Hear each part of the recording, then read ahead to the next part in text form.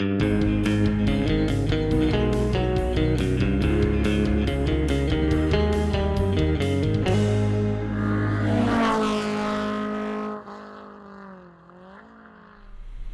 everyone, this is Christopher Brower here with Daily Motor, and today we're driving the 2022 Kia Carnival SX Prestige. This is Kia's all-new minivan, though if you look at it from the outside, it doesn't really look like one. In fact, while I've had this, everyone that's seen it has acted confused when I've referred to it as an minivan, because it doesn't look like one. It really just looks like an elongated SUV, and I think that that is kind of perfect for the market right now, because no one really wants to be seen driving around in a minivan. Everybody wants SUVs. Every company is changing over to EVs for one, but SUVs for two. So this is one of only a few minivans in the market here in North America. Of course, we have this. We have the Honda Odyssey, the Toyota Sienna, and the Chrysler Pacifica / Voyager, whatever they're doing with that. Check out this interior. It is absolutely gorgeous. Check out this beautiful orange color on the seats. Of course, we have leather all around in this minivan. The back seat is really the place to be. So this is actually where we're going to start today, because there are so many features to show you back here in this van. To start off with the simple, we have both types of outlets here for whatever you may want to plug in. We've also got a screen on the back of each seat, both of which are independently controlled, meaning you can play two separate movies for each child or whoever you have in the back. The seats themselves move in many different directions. You can move them forwards and backwards. You can move them side to side if you want to line yourself up better with the monitor here, or not, if you want to not lock it in. Okay, well, whatever. Move side to side. You've also got power controls down here that you hold, and it puts you into a position similar to what you'd be in at the dentist's office. I shall demonstrate now. This one. Yep, there it goes. As you can see, I'm moving back. Try to keep my head steady here. This is a view of me you've never seen before. In this position, you can't reach the screen, so you have to do this again and reverse the movement, and it will take you back to a more normal position, from where you can grab your lever on the side, scoot yourself up and sideways to where you can access the screen that's mounted here. You got a little power button up top to turn it on. Normal screen view is all just very standard things. You can do screen mirroring, you can input different things, you can go on YouTube and Twitch, but most importantly, we have a kids theme down in the bottom right hand corner to keep your children occupied whilst you are trying to operate the vehicle. It seems to be only Baby Shark themed, which I don't really understand, but you can USB in your own children's themed program. There must be some sort of partnership with Baby Shark. Let's see, it takes quite a while to start up. We're still waiting. Yep, there it is. Doot doot doot doot doot doot. So then it takes you to this menu, which has different options for you to do. There's one with cars on it. How nice. But this is sort of the... Wow, there's a lot of options. Anyways, Kia has built this into the car, so if you don't have your own USB device, you still have something to distract your children and hopefully keep them from vomiting inside the car. Right, you just click back to default theme to get back to this little spinny guy here. So that is the back seat. There is also a third row, of course. I will now show you how that works. Got a nice button-operated power door there. Really the only way you can see that this is a minivan. Unfortunately, there is a bit of an oversight when getting into the back. There's no button to move the seat forwards that any of us have been able to find. So the first thing you do is move it up, then you can grab this, move it to the side, and then, yep, you do this. The power control, nope, it's here. Yep, there we go. Nope, there it is. Okay, so this moves forward like this. As you can see, this would be a small problem if there was already a child in the seat, because you'd then have to bend them in half. So now you have this space here to climb back into, well, the seat that I don't have folded up. So we'll use this seat. I don't have a large amount of leg room because I have this seat all the way back, but you get the idea. Maybe you could just sit like this. We also have, I don't know what that is, cup holders back here for cups and whatnot. We've got USB ports on either side. We've got more outlets back here. We've certainly covered all of the USBs and outlets. We've even got little sunshades. Check that out for your third row people to block others on the outside from seeing them. So now let's squeeze out. Yes, okay. So now that you've done this, there is no button to then put the seat back, so you have to sort of repeat what you already did. Bend over here. Wait for this to move back. But while you're doing this, you can admire the gorgeous stitching and color on these seats. Onto the back of the Carnival here. This is a power liftgate, as it should be. And I'm sorry to say that erecting the third row is similarly frustrating to moving the second row. So to begin, you pull this lever here, which moves the seat up and makes a very loud, obnoxious noise. Then you pull this cord to put the seat up. And it's the same way to put it down, although you probably want to have your headrest up. I hope that that goes down with this. Oh dear. Oh, it's like that. Okay, that goes down.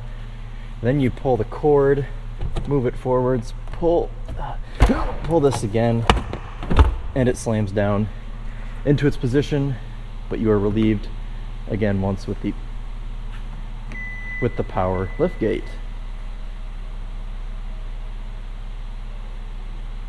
And that is that. There we go. Okay, now that I've given you the full proper tour of the back seat, let's move to the driver's compartment.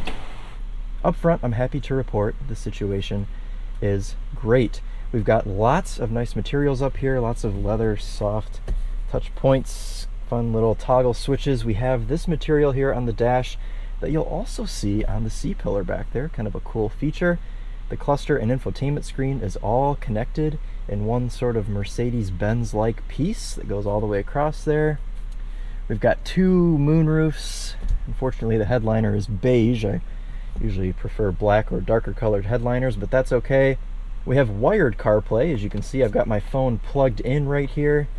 And unfortunately, the phone slot doesn't have any like grippy material in it, so when you're driving along, the phone moves back and forth like that. You do have a wireless charger here, but it's pretty pointless unless you're not using USB to phone, because the phone charges like this anyways. We have a hello? There we go. See what I mean? It's just kind of irritating. In fact, usually I put it up here in that spot. We have a traditional gear shift here. Pretty standard. Parking brake there. Parking sensors, cameras, all that jazz. So I think that completes our tour of the interior. So now let's take the Carnival for a drive and see what it's like on the road. So the Carnival is powered by a 290 horsepower. That seat just locked into place. Alrighty. The Carnival is powered by a 290 horsepower V6 engine, 262 foot-pounds of torque, meaning 0 to 60 in about 7 seconds, which is not too shabby for a vehicle in its class. Unfortunately, we do only have a front-wheel drive option, as opposed to the Toyota Sienna. Of course, you can get all-wheel drive and a hybrid system. This is only one powertrain, so your options are slightly limited. If you have to have all-wheel drive, unfortunately, the Carnival is not going to be the minivan for you. Or, for example, if you wanted a rear seat area mounted vacuum cleaner, as you can find in the Honda Odyssey and Chrysler Pacifica, the Carnival is not going to be for you either, because unfortunately that is not an option. But as we've seen from the exterior styling, the Carnival is probably going to be your best bet if you don't want to be seen driving around in a typical minivan-like style shaped car. Taking this out onto the Daily Motor test route, going to drive it just like I would anything else, so we'll be able to see the maximum performance of the Carnival here.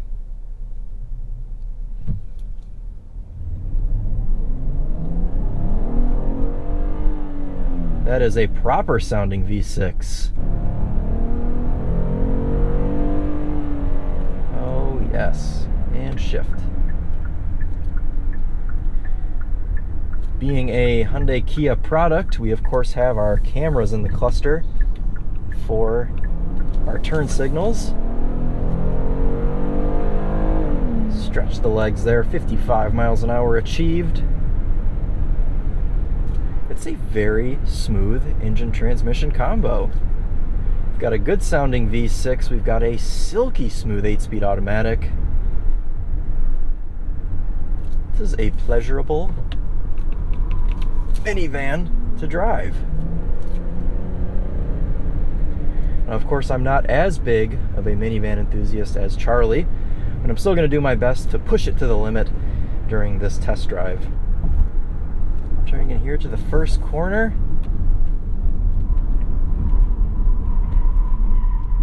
A little bit of tire noise.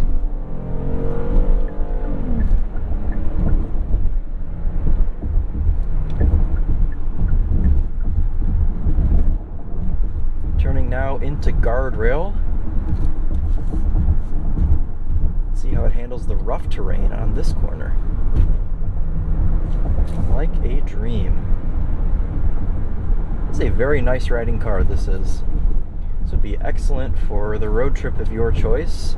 And of course, you'll be able to keep the kids entertained with everything in the back seat. The infotainment, normal Kia stuff here. Of course, I'm in the Apple CarPlay menu, but if you go back to Kia, very standard sort of thing, though we do have some Carnival specific features. We do have, where is it? Passenger talk, you find this in the Telluride as well. This is so you can scream at your children without actually having to scream. Everyone in the back can hear you because, of course, the car will amplify your voice to the rear speakers there. Pretty cool feature for not having to shout. Where is the... There it is, passenger view. This is so you can not only talk to the people in the back, you can also spy on them. Take a look at the seats there. Even cooler is when it's nighttime, you get a night vision camera. So no matter what time of day it is, you can see the people in the back. That's a pretty clear view camera as well. Look how nice that quality is. You've got your passenger talk right here on the side to assist you there if you'd like to see and talk to your passengers at the same time. Easy access here back to Apple CarPlay. Very good, responsive infotainment system. No complaints at all. One thing I haven't touched on yet either, this is the first Kia in the US with the new logo. Sort of looks like a K and a backwards N, but it is actually a K, an I, and an A, just with no little cross there in the middle. And actually, if you turn it upside down, it kind of looks like itself. Pretty neat. Are we going to have the entrance ramp to ourselves today? Yes, we are. Let's go ahead and put it into sport mode. You can see our cluster changes there for activating sport. Tortured tires at 53, 54. Oh, and we hold on for 55 miles per hour. Comfortably up to the speed limit there of 70.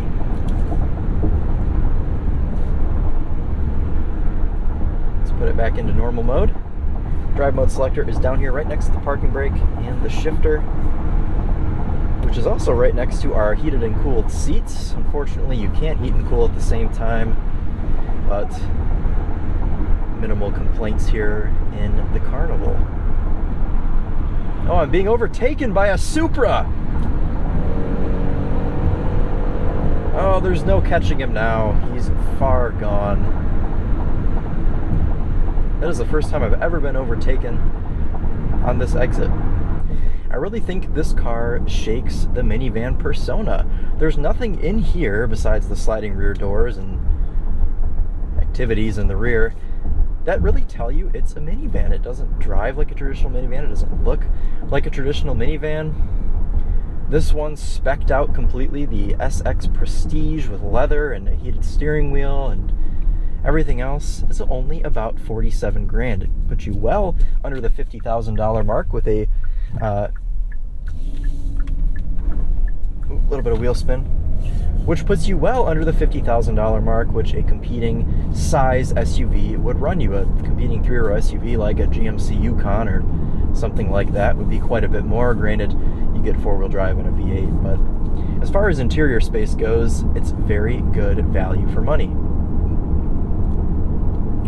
I always seem to end up saying in my Kia Hyundai Genesis reviews that the cars just give extreme value. These three companies, which are really one company, are really knocking it out of the park with everything lately. I've been so impressed with every Kia, Hyundai, and Genesis that I've driven. So then, to summarize, do I like the Kia Carnival? Yes, I do. I think it's great value for money, as is any Kia. I think it fits nicely into the segment to give buyers a choice of something that doesn't really look like a minivan, but still performs like one and still is one. Would I personally drive a Kia Carnival? Probably not, and I hope I never have to drive a minivan, but if I absolutely had to get a minivan, it would probably be one of these. But it's really only this, a Honda Odyssey, Toyota Sienna, or the Chrysler Pacifica, so you've only got one of four choices between those. And honestly, I would probably just buy a Kia Telluride because it looks better, it has all-wheel drive, it is just better. But if you absolutely have to have a minivan, Kia's here for you here with the Carnival. Alright everyone, well that is going to sum up my review of the 2022 Kia Carnival. It's extremely windy out. I apologize if you can't hear me in 3, 2, 1. So what do you think? Is the Kia Carnival the best minivan in its class? Out of the three other competitors, would you buy a Kia Carnival or would you purchase one of the competing minivans? As always, thank you so much for watching. This has been Christopher Brower with Daily Motor, and as always, drive on.